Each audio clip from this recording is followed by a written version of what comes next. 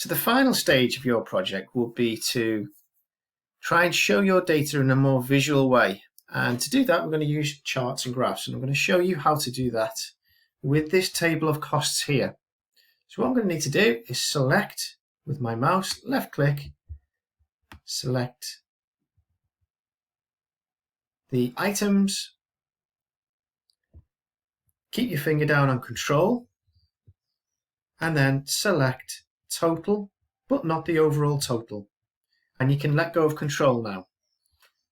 Go to insert, recommended charts, and you can see from there, you can have a little glance at the ones that you need, that you think would be useful. I'm going to choose a simple clustered column, and I'm going to put that in a nice place here.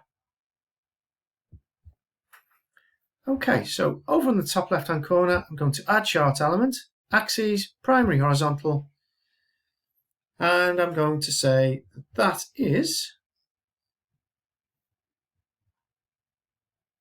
items.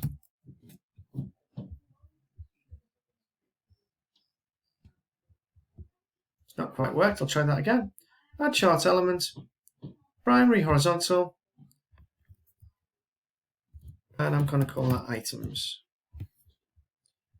Should appear down below here. It's not quite doing it. Check that in a second.